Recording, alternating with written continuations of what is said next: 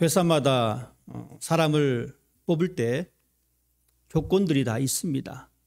무턱대고 아무나 뽑지 않습니다. 미국 같은 경우는 그렇지 않을지 몰라도 한국의 같은 경우에는 회사에서 사람을 뽑을 때 중요하게 여기는 기준점이 하나가 바로 영어 실력입니다. 공인된 영어 점수를 요구합니다. 토플 점수를 달라라고 하거나 토익 점수를 달라라고 합니다. 글로벌 시대에 맞게끔 영어 잘하는 사람을 뽑겠다라는 이야기입니다. 만약에 영어 점수 낮은 점수를 내는 사람은 합격하기가 힘듭니다. 그 선정 기준에 못 미치기 때문에 그렇습니다. 뿐만 아닙니다. 어떤 곳은 아주 좋은 경력을 요구할 때도 있습니다.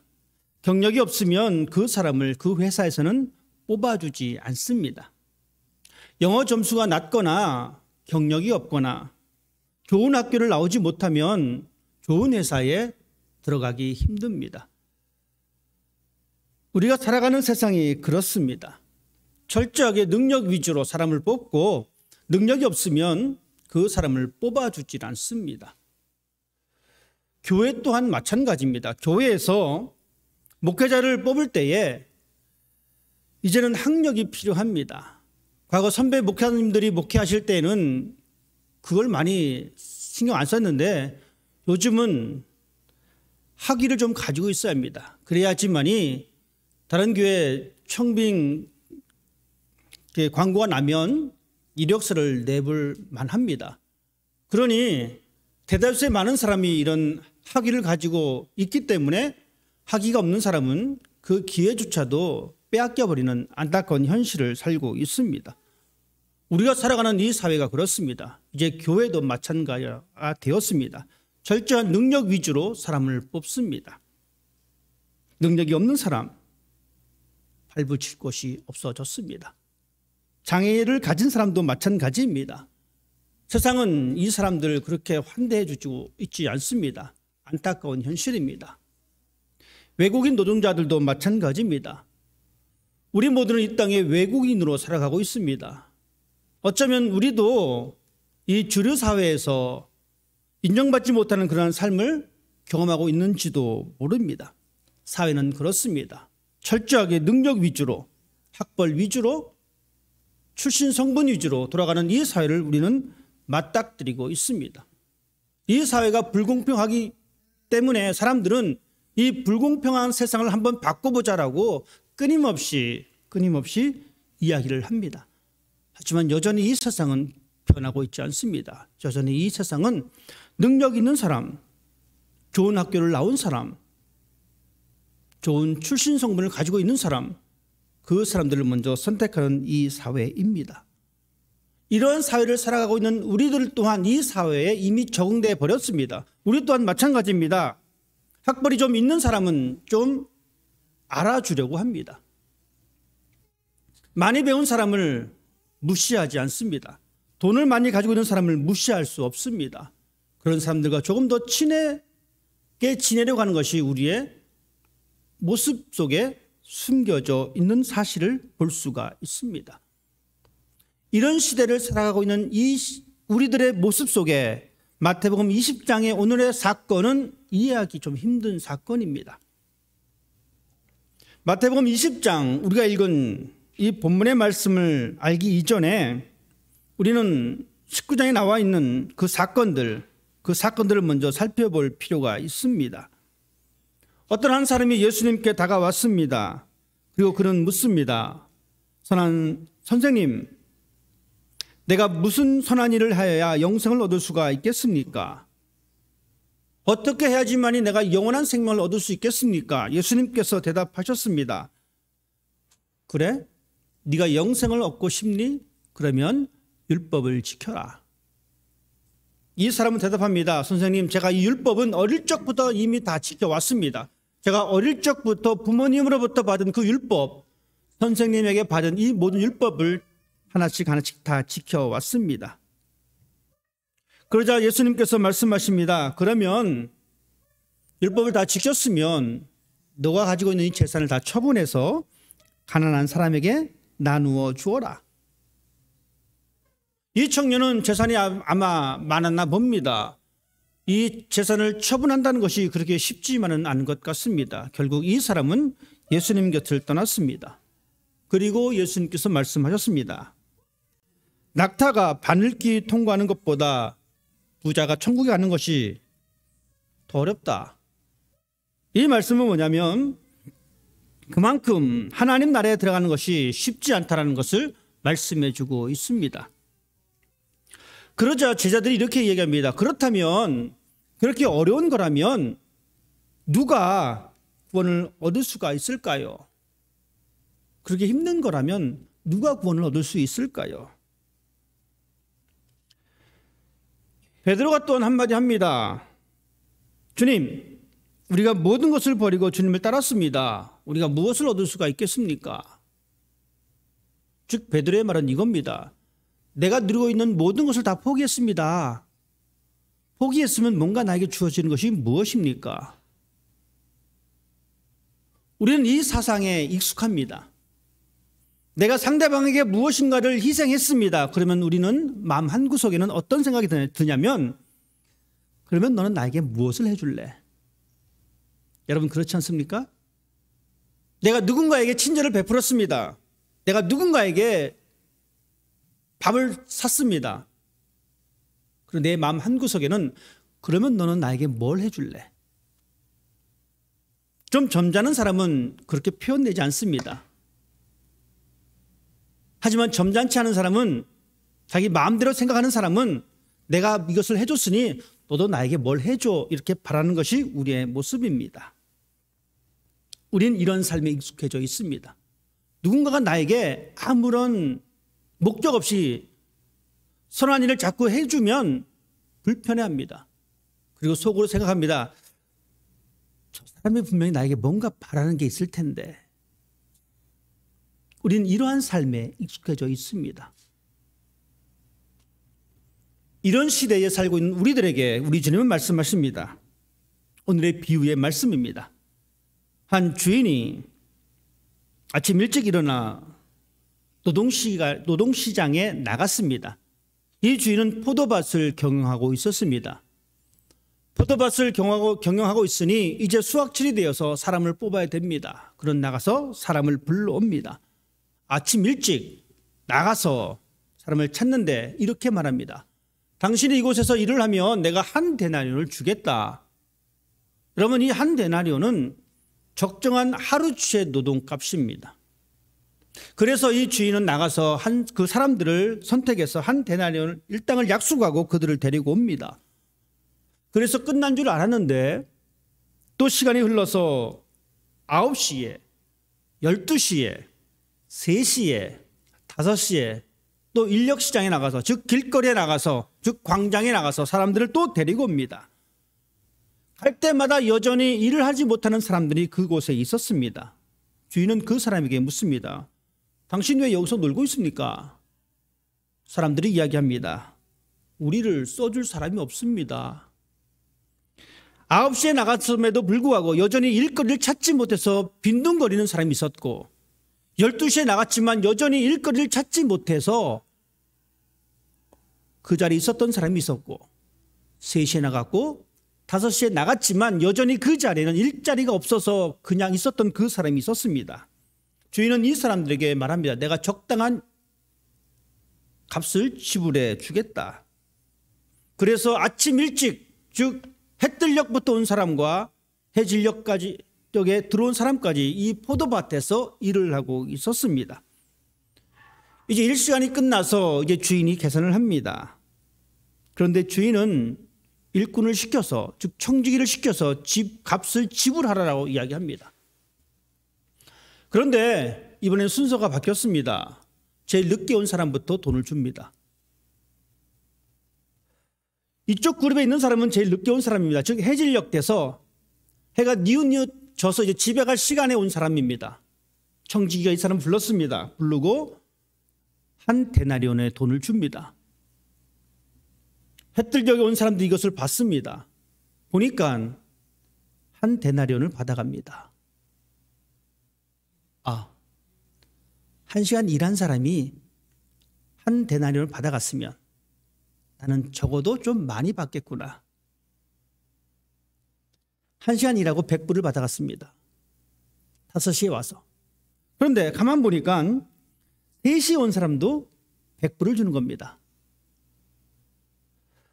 여기까지 참을만 합니다. 그래. 그런데 12시에 온 사람도 100불을 줍니다. 이 사람들은 생각합니다. 적어도 나는 저 사람들보다 100불보다는 더 받겠지. 적어도 한 120불은 받겠지. 이렇게 생각을 하고 있었는데 웬걸 맨 아침에 온 사람들 불러서 그 사람들에게 동일하게 100불을 줍니다. 드디어 가슴에 담아두었던 이 분노를 주체할 수가 없었습니다. 화가 났습니다. 아니, 저 사람들은 1시간 일하고 100불 주고 나는 12시간 일하고 100불을 받는다는 것이 이게 말이 되는 겁니까? 여러분 어떻습니까? 여러분이 만약 아침 6시에 와서 그 태양볕에서 일을 했는데 오후 5시, 이제 6시에 끝나는데 오후 5시에 온 사람이 100불을 받아갑니다.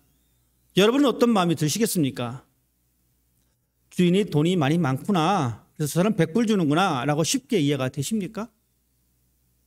어쩌면 우리도 마찬가지로 나는 적어도 한 120불은 받겠구나 라고 생각하고 있을지도 모릅니다. 그런데 막상 내 손에 쥐어진 것은 100불밖에 없습니다. 화가 날 수밖에 없습니다. 주인한테 따질 수밖에 없습니다. 하지만 주인은 이야기합니다. 13절 말씀에 이렇게 말합니다. 친구여, 내가 네게 잘못한 것이 없노라. 내가 나와 한 데나리온의 약속을 하지 아니하였느냐. 늦게 온 사람이 100불을 받게 되자 처음 온 사람이 불평을 터뜨리자 주인은 그렇게 말합니다. 너는 나랑 100불의 약속했어 라고 이야기합니다. 그러시면서 이렇게 결론을 짓습니다. 내가 내 것 가지고 선하게 행동하는데 네가 무슨 상관이냐. 나중된 사람이 먼저 되고 먼저 된 사람이 나중 될 것이다. 처음부터 먼저 온 사람에게 돈 100불 주고 당신 가 하고 보냈으면 어쩌면 이 사람은 하루치 일당을 받았기 때문에 만족하고 돌아갔었을 것입니다. 뒷사람을 보지 못하니까. 그런데 이 주인은 심보가 괴팍한지 이 사람들이 보는 앞에서 이제 1시간만 일한 사람을 100불을 줍니다. 그러니 이 모든 광경을 지켜본 사람에게는 화가 날 수밖에 없는 상황입니다. 불만을 더 폭발하게끔 만들었던 이 주인의 모습입니다.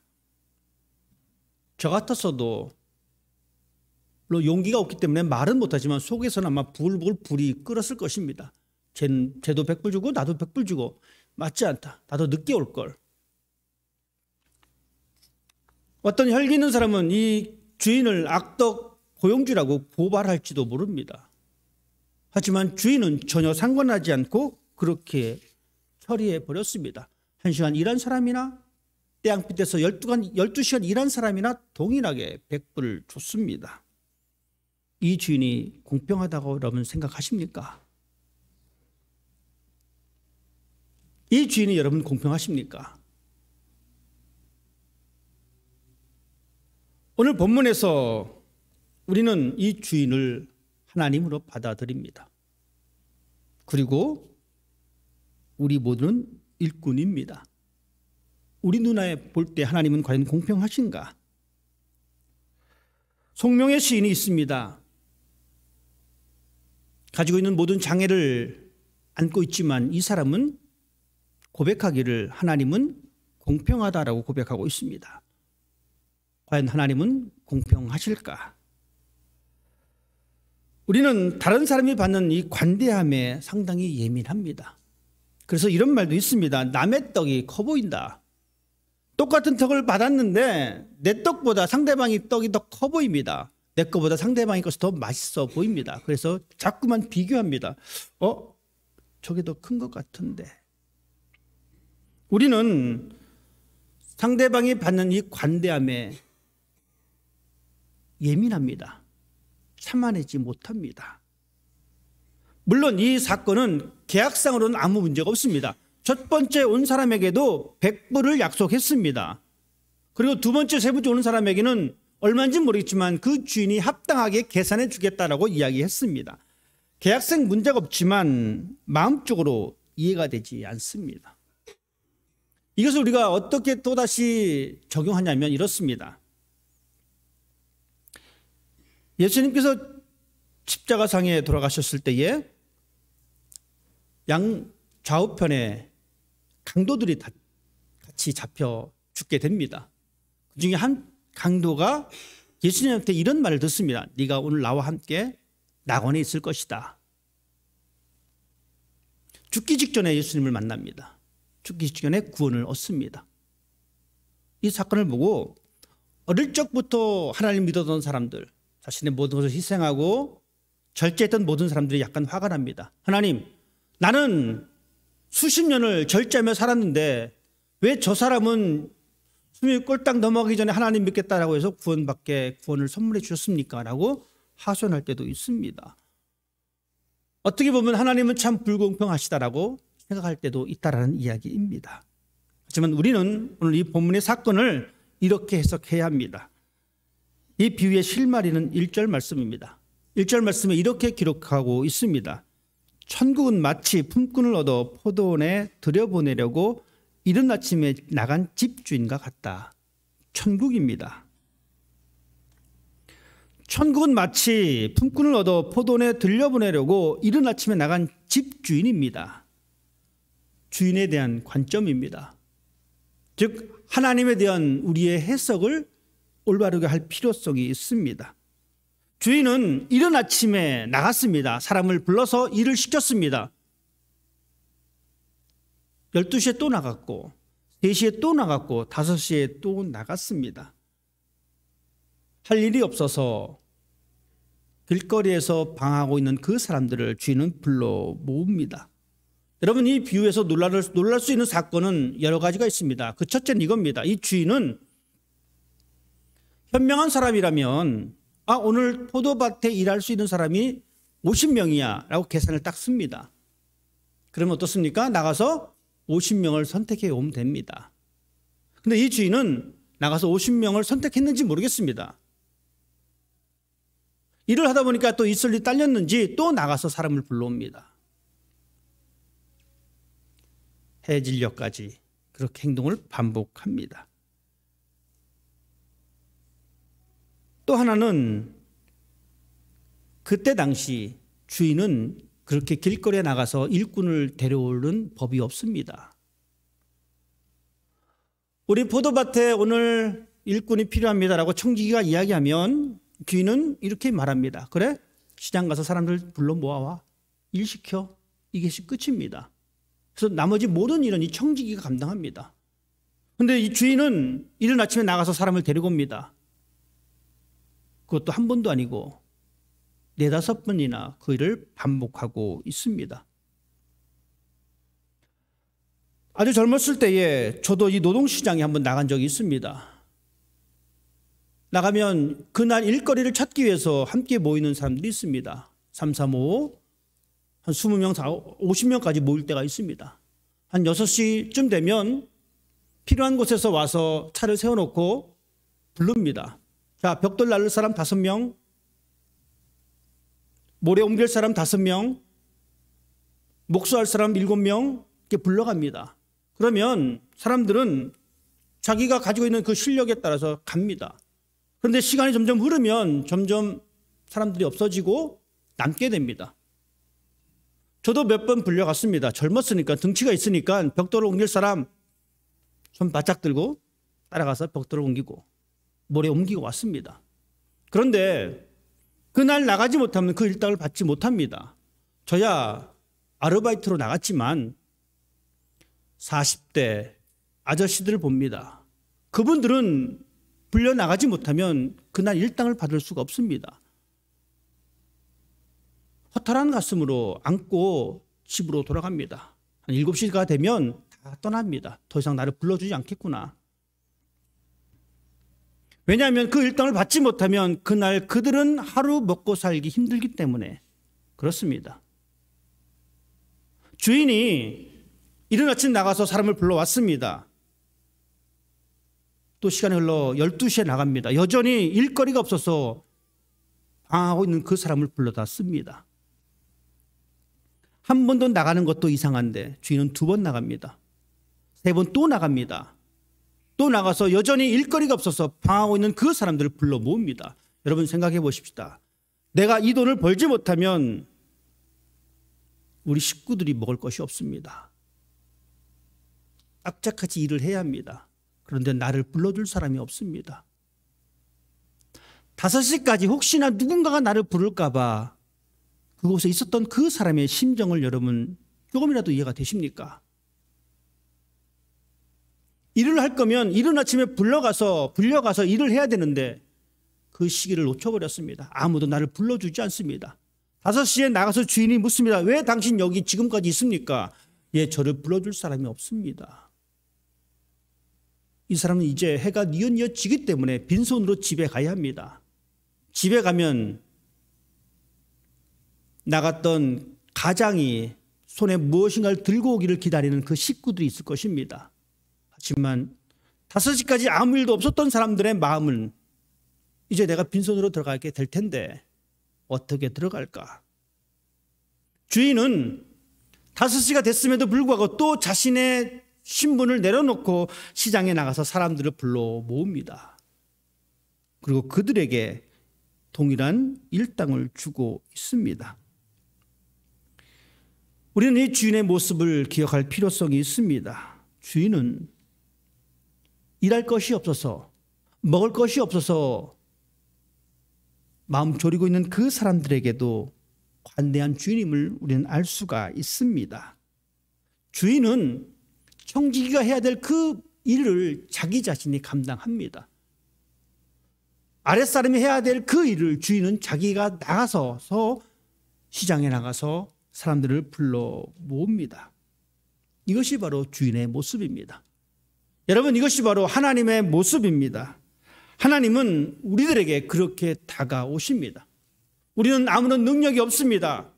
우리는 하나님이 없으면 더 이상 살 수 없는 존재입니다. 이런 존재인 우리들에게 하나님은 오셔서 나와 같이 포도원에 가서 일을 하자. 그리고 그 주인은 우리들에게 그에 합당한 대우를 해 주십니다. 먼저 온 사람들의 이야기를 다시 해보겠습니다. 먼저 온 사람들은 불만이 많았습니다. 나는 죽으라고 12시간 일했는데 저 사람은 꼴랑 1시간 일하고 저 돈을 받는다. 이런 비교의식이 그들 마음속에 있었습니다. 주인은 어떤 사람들이 불쌍하게 처해 있는 처해져 있는 그 상황에 집중했지만 불만을 터뜨리는 사람들은 그렇지 않습니다. 다른 사람들보다 더 특별한 대우를 요구하고 있습니다.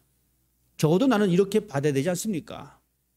저 사람은 1시간만 일했는데 적어도 나는 이 정도 대우는 받아야 되지 않겠습니까? 여러분, 우리는 어떻습니까? 우리 또한 마찬가지입니다. 내가 교회를 이만큼 다녔으니까 이만한 대우를 받아야 되지 않겠느냐라고 이야기할 때가 있습니다. 하나님, 내가 이만큼 교회에서 봉사했는데 이런 대우는 받아야 되지 않겠습니까? 라고 이야기할 때가 있습니다. 다른 사람들보다 더 특별한 대우를 요구하는 우리의 모습. 이것은 교회에도 마찬가지입니다. 교회에서도 특별한 대우를 받고 싶어하는 사람들이 계십니다. 특별한 관심을 받고 싶어하는 성도들이 참 많이 있습니다. 한국에서 목회를 계속 쭉 해왔습니다. 아무래도 교인들이 많다 보니까 여러 사람을 만나게 됩니다. 특별히 목회자에게 관심 받고 싶어하는 사람들이 참 많이 있습니다. 그래서 여러 가지 행동을 합니다. 그런데 이 행동들이 좋은 행동이냐? 그렇지 않습니다. 좀 독특한 방법을 통해서 관심을 받고 싶어하는 교회들이 참 많이 있습니다. 그럴 때마다 드는 생각이 있습니다. 목회자에게 관심 받는 것이 중요한 게 아니라 하나님에게 관심 받는 게 중요한데 자신의 어떤 행동들을 통해서 목회자에게 관심 받는 것보다는 하나님에게 관심 받는 방법을 알고 그 방법을 사용하는 것이 옳은 건데 라고 하는 생각을 많이 할 때가 있습니다. 우리는 다른 사람들과 비교해서 자기 자신이 어떤 특별한 대우를 받고자 하는 그런 마음이 너무나 많이 있습니다. 여러분, 그런 마음보다는 우리는 주인과의 관계에 더 집중하셔야 합니다. 성도는 목회자의 관계에 집중하기보다는 하나님과의 관계에 더 집중하는 사람이 되어야 합니다. 이것이 신앙의 올바른 모습입니다. 주인과 자신의 관계에 집중해야 합니다. 하지만 세상은 그렇지 않습니다. 이 세상은 상대방과 비교하고 또한 그것에 집중하라고 우리에게 가르칩니다. 그리고 너가 가지고 있는 그 특권을 버리지 말라라고 가르치고 있습니다. 하지만 하나님 나라는 그렇지 않습니다. 하나님께서 불만을 터뜨리고 있는 사람들에게 그렇게 말씀하셨습니다. 내가 내 것 가지고 하는데 너 왜 다른 사람들 거 신경 쓰면서 나한테 화를 내느냐? 다른 사람들과 비교하지 말고 너는 나와 관계 맺은 그 관계에만 신경 써라라고 이야기하고 있습니다. 맨 처음으로 아침에 올 사람들에게 100데나리를 줬다라면 이 사람들은 이것 받고 기뻐했을 것입니다. 그래, 내가 이것 가지고 우리 식구들 또 살 수 있겠구나, 감사합니다라고 갔었을 것입니다. 하지만 다른 것을 보니까 왜 저 사람은 저렇게 주고 나는 왜 저 사람과 똑같이 취급을 합니까? 라고 화를 낼 수밖에 없었습니다. 우리는 이 하나님에 대하여 또는 우리의 신앙에 대하여 다시 해석하셔야 합니다. 이 세상에는 순서가 있습니다. 능력이 있으면 능력대로 받습니다. 이것이 세상의 이치입니다. 하지만 오늘 말씀해 보니까 하나님은 그런 이치를 말씀하고 있지 않습니다. 세상의 순서가 중요한 것이 아닙니다. 세상에서 중요하게 여기는 능력을 우선순위로 두고 있지 않습니다. 하나님께서는 그냥 그 사람에게 필요한 것을 주고 계십니다. 이것이 바로 우리가 믿는 하나님이십니다. 예수님께서는 이 세상의 공정한 이치를 설명해 주시는 것이 아닙니다. 예수님은 이 사건을 통해서 하나님의 은혜에 대해서 우리에게 말씀해 주고 있습니다. 세상은 비교를 이야기하고 세상은 그 비교 의식을 통하여 우리의 인간성을 파괴하지만 하나님께서는 우리들에게는 그냥 너와 나의 관계가 이것이다라고 말씀해 주고 있습니다. 이것이 바로 우리의 모습이어야 합니다. 그렇기 때문에 우리들은 내가 처해 있는 이 상황 속에서 하나님 앞에 감사하는 것입니다. 어쩌면 우리가 5시에 선택받은 사람일지도 모릅니다. 이제 1시간이 지나면 나와 우리 식구들은 굶을 수밖에 없습니다. 그런데 하나님이 나에게 오셔서 포도원에 와서 일하라라고 말씀해 주셨습니다. 우리는 이 사건 앞에서 하나님 앞에 감사할 수밖에 없습니다. 하나님, 왜 저 사람은 저렇게 해주고 나는 이렇게 줍니까? 라고 하소연할 이유가 전혀 없습니다. 우리는 우리의 신앙을 통해서 하나님 앞에서 우리의 행위에 대한 보상을 요구하지 않아야 합니다. 베드로가 말했습니다. 우리는 주를 위해서 모두 바쳤습니다. 무엇을 얻을 수 있습니까? 예수님께서 말씀하셨습니다. 먼저 된 자가 나중되고 나중된 자가 먼저 될 것이다. 왜 저 사람은 100불을 받습니까? 일도 1시간밖에 안 했는데 그것도 해질녘에 선선한 때 와서 포도를 따는 둥 마는 둥 1시간밖에 안 했는데 왜 저 사람 100불을 줍니까? 적어도 나는 120불 줘야 되지 않습니까? 나는 그만큼 했다라는 이야기입니다. 하지만 하나님은 너 그만큼 했어? 내가 더 줄게 라고 말씀하지 않으셨습니다. 나는 너의 약속을 지켰다라고 말씀해 주고 있습니다. 하나님에게 우리 행위에 대한 보상을 요구하지 말아야 합니다. 자신의 의로움을 앞세우지 말아야 합니다. 내가 교회를 위해서 이만큼 했는데 교회는 나를 위해서 해준 것이 없다라고 말하는 사람들이 있습니다. 내가 교회를 위해서 이만큼 봉사했는데, 내가 교회를 위해서 이만큼 헌금했는데, 내가 너를 위해서 이렇게 희생했는데, 이것이 우리의 신앙을 망가뜨립니다. 이것을 우리가 하나님을 바라보는 그 관점을 망가뜨립니다. 하나님은 세상의 가치관으로 판단할 수가 없습니다. 하나님은 하나님의 은혜로서만 우리에게 보여질 수가 있습니다. 우리의 신앙은 우리의 주인을 올바르게 이해하는 것입니다. 그렇기 때문에 우리들은 하나님을 바라볼 때에 하나님께서 사람들을 어떻게 대하시는가에 대한 그 사항을 유심히 살펴보아야 합니다. 가만히 보니까 하나님께서는 자격이 없는 사람임에도 불구하고 그들에게 은혜를 주신다는 것입니다. 하나님은 자격이 없는 나에게도 은혜를 베푸신다라는 이야기입니다. 하나님의 구원은 전적인 하나님의 뜻입니다. 사람의 동기와 우리의 능력과 우리의 재질과는 아무런 상관이 없습니다. 그렇기 때문에 내가 좀 부족해도 하나님의 은혜는 나에게 임합니다. 내가 가진 것이 없어도 하나님의 은혜는 나에게 임합니다. 때로는 우리의 자녀들이 성공적인 삶을 살지 못한다 할지라도 하나님의 은혜는 우리 가운데 임하십니다. 이것이 바로 하나님이십니다.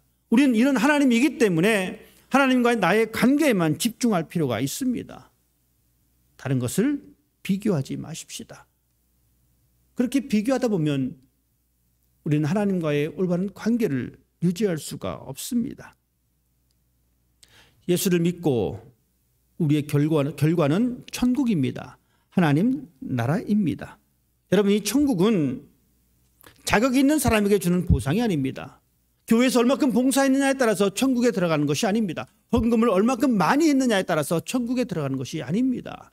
천국에 들어가는 것은 오직 하나님의 은혜입니다. 그것이면 족합니다.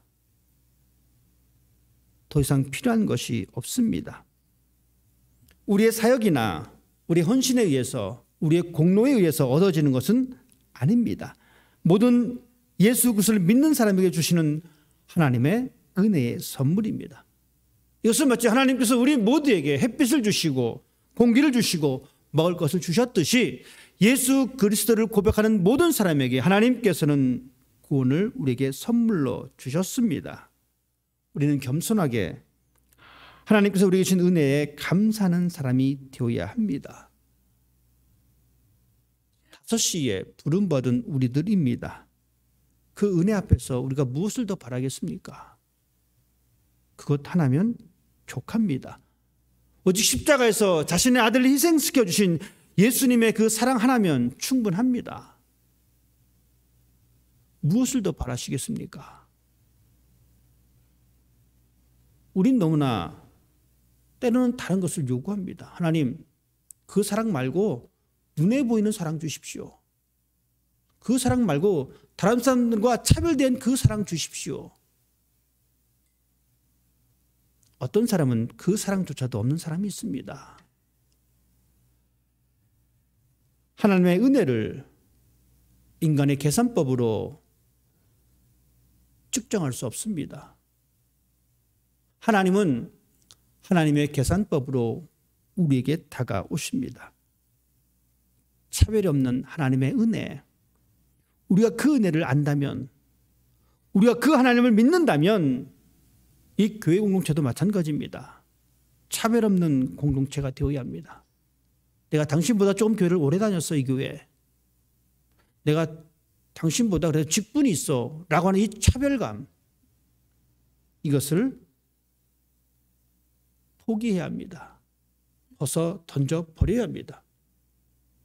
먼저 된 자가 나중되고 나중된 자가 먼저 된다.